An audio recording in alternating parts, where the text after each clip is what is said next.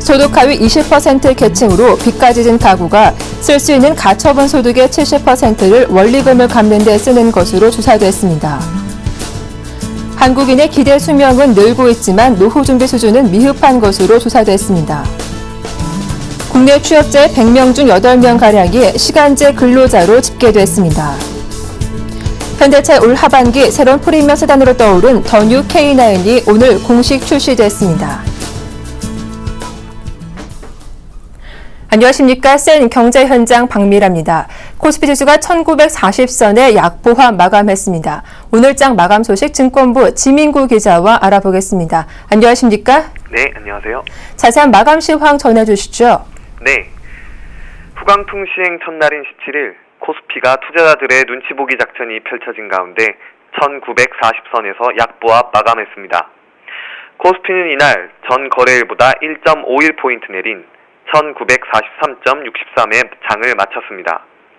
중국 상하이와 홍콩 증시 교차 거래를 허용하는 후광통이 처음으로 실시되면서 국내 증시의 수급 문제를 초래할 수 있다는 우려가 제기됐지만 즉각적인 충격은 없었습니다. 다만 일본의 3, 4분기 국내 총생산이 시장의 기대치보다 낮은 수준으로 발표되면서 일본 증시가 3% 가까이 하락했고 이에 국내 증시의 상승도 제한되었습니다. 외국인은 319억 원어치를 순매도했으며 개인도 1771억 원 매도 우위를 나타냈습니다. 반면 기관은 1666억 원을 사들였습니다. 시가총액 상위주는 등락이 엇갈렸습니다. 삼성생명이 4.2%, 포스코가 3.57%의 상승률을 기록하며 비교적 큰 폭으로 올랐습니다. 지난 14일 상장 첫날 시초가 대비 13% 이상 떨어졌던 삼성 SDS는 3.36% 오르며 반등에 성공했습니다. 반면 SK하이닉스는 6.71% 급락했습니다. 한국전력과 현대모비스 등도 내림세를 나타냈습니다. 업종지수도 혼조세를 보였습니다. 철강금속이 2.11% 올랐고 보험, 건설업, 금융업 등이 상승했습니다. 이에 반해 의료정밀이 3.24% 하락했고 비금속 광물, 종이목재, 의약품 등이 내렸습니다. 코스닥 지수는 이날 10.75포인트 내린 531.18에 장을 마쳤습니다. 서울 외환시장에서 원 달러 환율은 전 거래일보다 6.6원 내린 1093.9원을 나타냈습니다. 네, 스틸플라워가 상한가를 기록했다고 하는데요. 어떤 이유 때문인지 관련된 소식 전해주시죠. 네, 스틸플라워가 대규모 러시아 환경 플랜트 사업 수주 소식에 상한가로 치솟았습니다. 스틸플라워는 17일 코스닥 시장에서 전 거래일보다 830원 오른 6,380원에 거래를 마쳤습니다. 스틸플라워는 이날 러시아 로스토프 주정부가 투자한 투자 목적 회사인 MEOK와 생활 폐기물 매립장 기반의 테크노파크 건설 사업을 위한 계약을 체결했다고 공시했습니다. 스틸플라워, 로스토프 주정부, MEOK의 3자 합작 형태로 체결된 이번 계약의 규모는 총 3,292억 5천만 원에 달합니다. 이는 스틸플라워의 지난해 전체 매출액인 1,623억 2천만 원의 2배를 웃도는 수준입니다. 이와 관련해 스틸플라워 측은 이번 계약으로 향후 25년간 사업 운영 독점권을 확보했다며 초기 7년 동안 매년 150만 달러, 이후 18년간 매년 90만 달러의 확정 수익이 보장된다고 설명했습니다. 네, 오늘 말씀 잘 들었습니다. 지금까지 증권부 지민구 기자와 함께했습니다. 고맙습니다. 네, 감사합니다.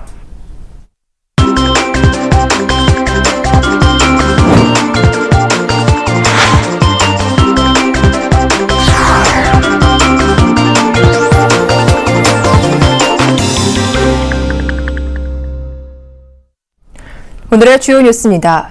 소득 하위 20% 계층으로 빚까지 진 가구가 쓸 수 있는 가처분 소득의 70%를 원리금을 갚는 데 쓰는 것으로 조사됐습니다. 금융감독원과 한국은행 등이 2만 가구를 대상으로 부채와 소득 등의 현황을 조사한 결과를 보면 지난해 소득 하위 20% 가운데 27.4%는 금융부채를 갖고 있다고 밝혔습니다. 이들의 처분 가능 소득 대비 원리금 상환액 비율은 평균 68.7%에 달했습니다. 이 비율은 40%만 넘어도 빚을 갚을 능력보다 과다한 빚을 진 고위험군으로 불립니다. 실제로 빚을 진 일본이 가구의 가처분 소득은 2012년 가구당 연간 733만 원에서 지난해 738만 원으로 거의 제자리 걸음을 했지만 가구당 금융부채는 2012년 말 2,188만 원에서 작년 말 2,590만 원으로 18.4%나 늘었습니다. 문제는 과다한 채무를 감당하기 어려워지면서 개인 회생 신청 등 극한 상황에 놓인 개인들이 늘고 있다는 점입니다. 작년 1년간 개인 회생 신청은 10만 5,800여 건으로 전년보다 17.2%나 늘면서 사상 처음 10만 건을 돌파했고 올해도 9월까지 8만 4천 건에 달해 10만 건을 넘을 것으로 전망됩니다. 한국인의 기대 수명은 늘고 있지만 노후 준비 수준은 미흡한 것으로 조사됐습니다. OECD 자료를 보면 2012년 기준 한국 기대 수명은 81.3세로 32개 회원국 가운데 13위를 차지했습니다. 1위는 일본으로 83.2세였고 뒤이어 아이슬란드, 스위스 등의 순이었습니다. 기대 수명이 가장 낮은 국가는 멕시코로 74.4세였고 터키, 헝가리 등은 80세를 밑돌았습니다. 한국 기대 수명은 2006년부터 매년 꾸준히 늘어 2012년엔 81.3세를 기록했습니다. 그러나 기대 수명이 높아지는 것에 반해 노후 준비는 부족한 것으로 나타났습니다. 국내 총생산 대비 연금펀드 투자 비중은 2010년 기준으로 한국이 4%에 그쳤습니다. 이는 34개 회원국 가운데 29위에 해당하는 것입니다. 한국보다 낮은 곳은 그리스, 프랑스, 룩셈부르크 등 5곳 뿐이었습니다. 기대 수명은 높아지는데 노후 준비는 부족하다 보니 은퇴 이후에도 일하는 경우가 많아졌습니다. 한국 남성의 유효 은퇴 연령은 2012년 기준 평균 71.1세여서 멕시코에 이어 2위였고 여성도 평균 69.8세로 칠레에 이어 2위에 올랐습니다.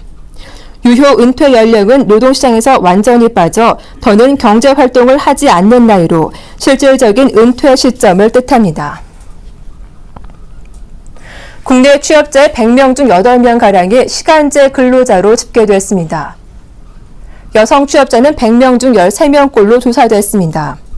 통계청은 경제활동인구 조사 결과에서 지난해 8월 기준 시간제 근로자는 지난해 같은 기간보다 7.9% 늘어난 203만 2천 명으로 집계됐다고 밝혔습니다. 매년 3월과 8월 기준으로 근로 형태별 부과 조사를 실시한 이래 처음으로 200만 명을 넘었습니다.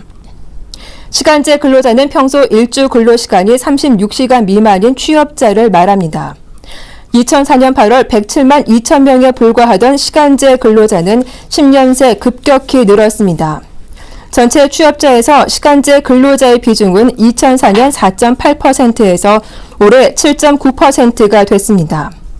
이 기간 남성은 2.1%에서 3.9%로 여성은 8.6%에서 13.2%로 상승했습니다. 일자리가 있는 여성 100명 중 13명 이상이 시간제 근로에 종사한다는 얘기입니다. 정부가 세계 금융위기 때 고용 한파를 막기 위해 단시간 근로를 늘린 것이 시간제 근로자의 증가 배경 중 하나로 파악됐습니다. 출산과 육아로 시간을 보냈던 경력 단절 여성들을 다시 경제활동 인구로 끌어들이려면 일과 가사를 병행할 수 있는 시간제 일자리가 필요한 사정도 고려됐습니다. 현대차 올 하반기 새로운 프리미엄 세단으로 떠오른 더 뉴 K9이 오늘 공식 출시됐습니다. 최상의 가격 경쟁력을 확보했다고 합니다. 한지 기자가 보도합니다. 기아차 K9이 5000cc급 엔진을 탑재하고 럭셔리 프리미엄 세단으로 새롭게 태어났습니다.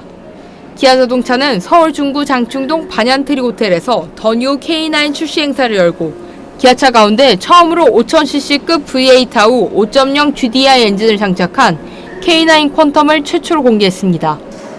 퀀텀이란 물리학에서는 연속된 현상을 넘어 다음 단계로 뛰어오르는 현상으로, 경영학에서는 비약적 발전이라는 의미로 사용됩니다. 퀀텀 모델은 라디에이터 그릴 우측과 트렁크 하단에 V8 5.0 로고를 넣어 차별화된 상품 가치를 제공합니다. 출고가는 퀀텀이 8,620만원, 3.3 모델은 프레스티지 4,990만원이고 VIP 모델은 7,260만원입니다. 가격대는 제네시스하고 에쿠스의 중간급으로 책정을 했습니다.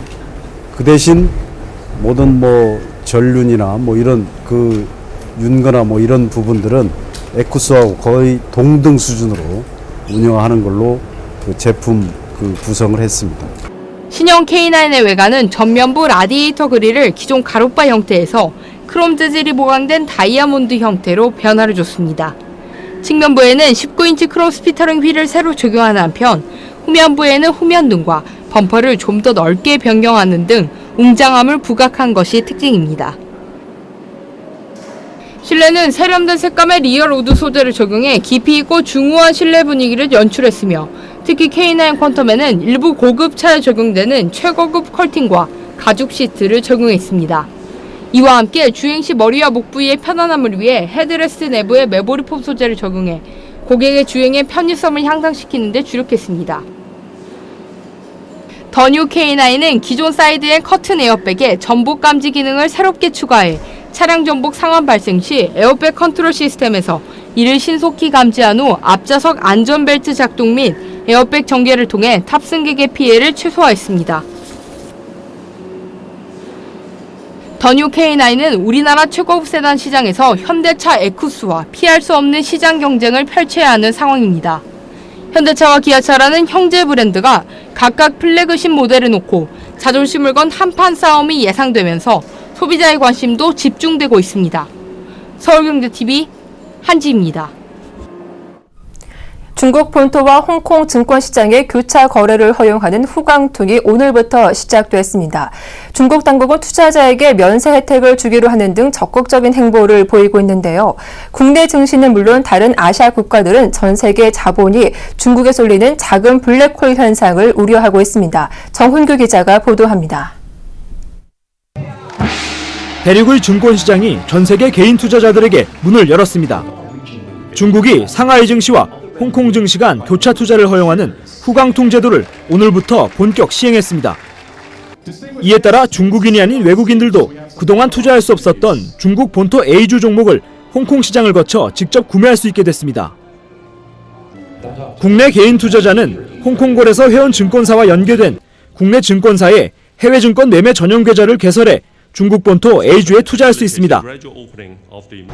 그동안 중국 증시는 종목이 다양하지 않은 외국인 전용 비주식만 거래할 수 있었지만 우량주들이 대거 포진해 있는 내국인 전용 주식인 A주도 사고 팔 수 있게 된 것입니다. 홍콩에서 중국 본토에 투자할 수 있는 대상은 중국 A주 중 우량주 568개 종목으로 상하이 증시 시가총액의 90%를 차지합니다. 반대로 본토에서 홍콩에 투자할 수 있는 종목은 대형주 268개로 항생지수 시가총액의 80%를 넘습니다. 성장 가능성이 큰 중국 A주의 외국인 매매 제한 빗장이 풀림에 따라 후광통 시작 첫날인 오늘 중국 A주가 큰 인기를 끌었습니다. 중국 포털 왕이재경에 따르면 오늘 오전 후광통 거래가 시작된 지 불과 10분 만에 홍콩 증시에서 상하이 증시로 투자하는 거래액이 60억 위안, 한화로 1조 800억 원을 돌파했습니다. 홍콩에서의 상하이 증시 1일 투자 한도 130억 위안의 절반에 가까운 금액이 10분 만에 소진될 만큼 중국 A주의 인기는 대단했습니다. 중국 당국은 후광통이 자본시장 육성과 위안화 국제화의 계기가 될 것으로 기대하고 투자 촉진을 위한 제도 지원에도 나섰습니다. 중국 정부는 후광통을 통해 상하이 주식을 거래하는 외국인 투자자에게 앞으로 3년 동안 자본 이득세를 부과하지 않겠다는 혜택을 발표했습니다. 이렇게 되면 주식 매매 차익의 10%를 물리던 세금이 면제돼 외국인의 중국 증시 투자 부담이 줄게 됩니다. 중국이 증시문을 활짝 열어 전 세계 투자자들의 관심을 높이고 있습니다. 투자자들은 기회가 늘었지만 한국이나 다른 아시아 국가들의 증시에서는 해외 자금 이탈의 우려가 커지고 있습니다. 서울경제TV 정훈규입니다. 요즘 서울 시내에서 가장 주목받는 상권이죠. 서울 잠실의 롯데월드몰인데요. 국내 최대 복합 쇼핑몰인 만큼 첫 선을 보이는 대형 매장들이 많습니다. 자세한 소식 생활산업부 정영현 기자와 알아보도록 하겠습니다. 안녕하십니까? 네, 안녕하세요. 네, H&M 홈 한국 1호점의 첫날 분위기는 어땠습니까? 네, 지난 주말 취재차 롯데월드몰에 갔다가 매장을 한번 둘러봤습니다. 아무래도 스웨덴 기업이고 북유럽 스타일이 요즘 가장 유행하는 인테리어 트렌드다 보니 인기가 높은 것 같습니다. 게다가 국내에 아직 라이프스타일 관련 브랜드가 별로 없어서 H&M 홈의 국내 상륙이 특히 관심의 대상이 되었던 걸로 보입니다. 네, 요즘 라이프스타일 숍이라는 점이 자주 사용되는 게 이게 구체적으로 무엇을 의미하는지 그리고 소비시장에서 어떤 의미가 있는지도 설명해 주시죠. 라이프스타일은 원래 개인이나 어떤 집단의 삶의 방식을 의미하는 사회문화적 용어인데요. 유통업계에서는 다소 다른 의미로 사용됩니다. 일반 생활용품을 비롯해 가구, 침구, 가전, 욕실, 주방 등 집안생활 전반과 관련된 모든 상품을 아우르는 용어입니다. 라이프스타일 시장의 등장은 소비시장의 성장 과정에서 어떤 전환점을 의미하기도 하는데요. 일반적으로 1인당 국민소득이 3만 불이 되면 수요가 급격히 늘어나는 소비재로 여겨집니다. 소득 2만 불 시대에는 패션이나 화장품처럼 자기 몸을 치장하는 데 돈을 쓰다가 3만 불 시대가 되면 주변을 꾸미는 데까지 돈을 쓰게 되기 때문입니다. 우리나라가 앞으로 2, 3년 내에는 국민소득 3만 달러 진입이 예상된다는 점에서 지금이 딱 라이프스타일 시장이 무르익는 시점이라고 할 수 있겠군요. 그렇습니다. 가까운 일본만 하더라도 1993년 국민소득 3만 불 시대에 진입했고 이때부터 2000년대까지 다양한 라이프스타일 브랜드들이 생기고 성장했습니다. 우리나라는 이제 막 시작됐다고 할 수 있습니다. 게다가 우리나라의 경우 주택시장에서 월세가 늘고 있는 데다 젊은 1인 가구가 많지 않습니까? 비싼 가구를 오래 쓰려는 사람보다는 저렴한 가구와 생활 소품에 대한 수요가 날로 늘어날 것으로 예상되고 있어 라이프스타일 브랜드들의 구미를 당기고 있습니다. 네, 국내 기업은 물론이고 한국 라이프스타일 시장을 노리는 외국 기업도 많을 것 같습니다. 가장 먼저 이케아부터 머리에 떠오르는군요. 네, 맞습니다. 롯데월드몰에 가면 H&M 홈뿐만 아니라 무인양품이 강남역 플래그십 스토어를 제외하고 가장 큰 매장을 냈고 이달 말 리뉴얼 오픈하는 삼성동 코엑스몰에는 또 다른 글로벌 SPA 패션 기업인 자라의 국내 1호 라이프스타일 숍인 자라홈이 자리를 잡았습니다. 또 코엑스몰 옆 파르나스몰에는 일본계 라이프스타일 브랜드인 니코앤드가 영업을 시작했습니다. 말씀하신 이케아 역시 시장 선점 경쟁에 본격적으로 뛰어듭니다. 국내 기업들도 마찬가지입니다. 신세계가 한국형 라이프스타일 브랜드로 키우고 있는 자주는 앞으로 신세계가 복합몰을 출점할 때마다 같이 나갈 것으로 보입니다. 그리고 현대백화점 그룹은 2012년 인수한 리바트를 현재 생활문화 기업으로 키우고 있습니다. 이 밖에 이랜드가 모던하우스, 버터 등의 라이프스타일 브랜드를 또 키우고 있습니다. 네, 오늘 말씀 잘 들었습니다. 지금까지 생활산업부 정영현 기자와 함께했습니다. 고맙습니다. 고맙습니다.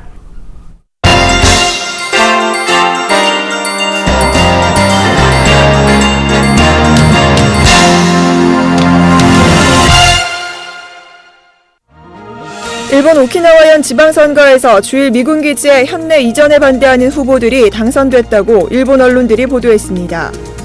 집권자민당은 이날 선거에서 정부의 기지 이전 방침에 찬성하는 경쟁 후보를 지원했으나 패함으로써 아베 신조 정권이 타격을 받을 것으로 예상됩니다. 오키나와 지사 선거에서는 오나가 다케시 후보가 나카이마 히로카즈 현 오키나와 지사 등 경쟁자를 누르고 당선됐습니다. 오나가 후보는 현재 오키나와 현 기노완시에 있는 미군 후텐마 비행장을 북부 해노코 연안으로 옮기는 현내 이전 계획을 저지한다는 방침을 표방하고 출마했습니다. 집권 자민당은 현내 이전을 지지해온 나카이마 지사의 3선을 지원했으나 뜻을 이루지 못했습니다. 같은 날 시행된 오키나와현 나하시장 선거에서도 미군 기지의 해노코 이전에 반대한 무소속 시로마 미키코 후보가 자민당과 공명당이 추천한 요세다 가네토시 후보를 큰 표차로 누르고 당선됐습니다. 이번 선거 결과는 기지 이전과 별개로 아베 정권에 대한 일종의 심판 성격을 지니는 것으로도 해석되는 만큼 다음 달 총선에 얼마나 영향을 미칠지 주목됩니다. 도심 점거 시위에 대해 반대하는 홍콩 시민이 찬성하는 시민보다 많은 것으로 조사됐습니다. 홍콩 중문대학교가 발표한 설문조사 결과 도심 점거 시위를 지지한다는 응답자는 지난 10월 조사 때 4%포인트 하락한 33.9%인 반면 지지하지 않는다는 응답은 8%포인트 늘어난 43.5%로 집계됐다고 대만의 중앙통신사가 보도했습니다. 홍콩의 대학학생회 연합체인 홍콩전상학생연회와 홍콩 중고등학생단체인 항민사조는 중국 전국인민대표대회에 2017년 홍콩 행정장관 선거안 초래를 요구하며 지난 9월부터 도심 점거 시위를 벌이고 있습니다. 홍콩 중문대는 지난 9월 말 홍콩 시위대 도심 점거 이후 9월 말과 10월에 이어 이번에 세 번째로 설문조사를 했습니다. 세 차례 설문조사 결과 도심 점거 시위를 지지하는 응답자 비율은 9월과 10월 사이에 약 7%포인트 늘었지만 이달 들어 다시 하락했습니다. 반면 시위에 반대하는 응답자의 비율은 9월과 10월 사이 약 11%포인트 감소하다가 11월에 다시 늘어났습니다. 이번 설문조사는 지난 5일부터 11일까지 일주일간 만 15세 이상의 홍콩인 1,030명을 대상으로 전화 설문 방식으로 이뤄졌습니다. 지우마 호셰프 브라질 대통령이 최근 잇따르는 반정부 시위를 정면으로 비판했습니다. 브라질 언론에 따르면 호세프 대통령은 호주에서 열린 주요 20개국 정상회의가 끝나고 나서 한 회견을 통해 시위 현장에서 대통령 탄핵과 군부의 정치 개입을 요구하는 주장이 나오는 데 대해 우려를 표시했습니다. 호세프 대통령은 브라질은 군사 쿠데타를 지지하는 시위까지는 허용할 정도로 견고한 민주주의를 구축하고 있다면서 그러나 대통령 탄핵과 군부의 정치 개입을 요구하는 시위대의 주장에는 동의할 수 없다고 밝혔습니다. 이어 호셰프 대통령은 국영에너지 회사 페트로브라스를 둘러싼 비리 의혹이 큰 파장을 낳은 것과 관련 브라질은 한두 건의 비리 스캔들 때문에 흔들리지 않는다고 강조했습니다. 브라질에서는 지난 1일에 이어 전날에도 상파울루를 비롯한 주요 도시에서 반정부 시위가 벌어졌습니다. 에드와르두 카르도주 법무장관은 페트로브라스 비리 의혹을 대선 무효 투쟁으로 확대하려는 시도에 대해 대선은 이미 끝났으며 이번 사건을 정치적으로 이용해서는 안 된다고 말했습니다. 프란치스코 교황은 최근 이탈리아 로마에서 주민들이 난민 수용소를 공격한 사건을 사회적 긴급 상황이라 규정하고 사태가 더 악화되기 전에 서둘러 해결할 것을 촉구했다고 이탈리아 언론이 보도했습니다. 프란치스코 교황은 이날 성 베드로 광장에 모인 궁중에게 한 주례 설교에서 최근 로마에서 시민들과 난민들 사이에 긴장이 조성되는 것을 주목하며 특히 이런 사태는 유럽 다른 도시에서도 나타날 수 있다면서 당국과 교회 관계자들은 이런 사회적 긴급 상황을 가장 먼저 해결해야 하며 그렇지 않으면 더욱 사태가 나빠질 것이라고 말했다고 바티칸 라디오가 전했습니다. 반이민을 주장하는 로마 시민은 지난주 난민 50명을 수용한 토르 사피엔차 지구의 난민 수용소 건물에 돌 등을 던져 유리창문을 부수고 쓰레기통을 불태우는 등 폭력을 행사하면서 진압경찰과 대치했습니다. 프란치스코 교황은 시민과 난민들은 성당에서라도 만나 문제 해결 방안을 논의해야 한다고 지적하고 대화를 통해 편견과 의심을 극복하고 평화롭고 안전한 방법으로 공존할 수 있는 방안을 찾아낼 수 있다고 강조했습니다.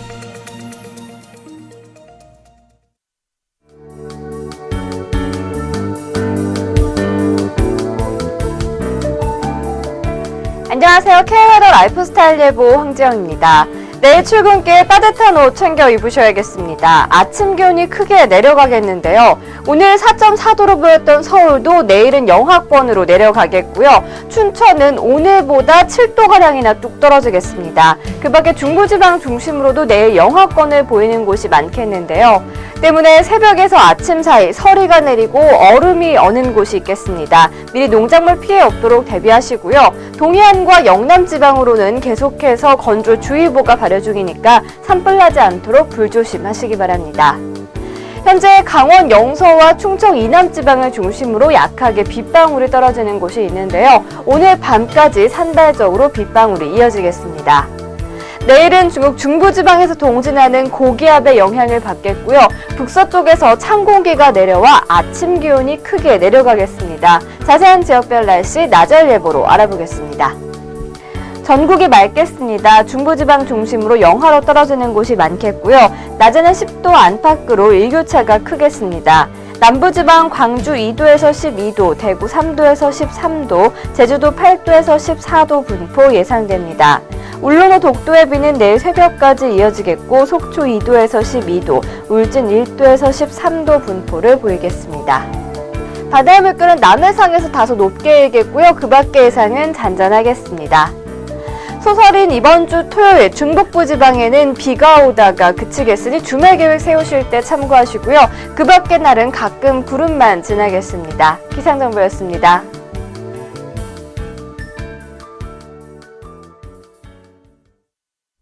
센 경제 현장 여기서 모두 마치겠습니다. 함께해 주셔서 고맙습니다.